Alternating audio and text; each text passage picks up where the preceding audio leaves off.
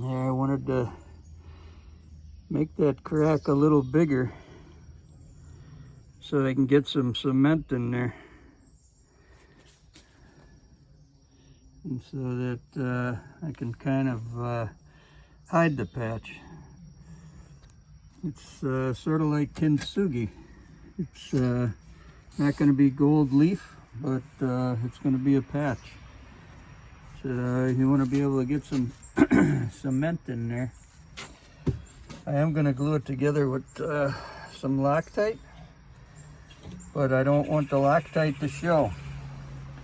And I also have these bolts or whatever they are. I don't know. That's for like going in. Anyways, what I'm going to do is reinforce it a little bit. I'll drill these in like this and into here, and then when I put them together, that'll give it a little more strength. But just a little update on the bird bath project.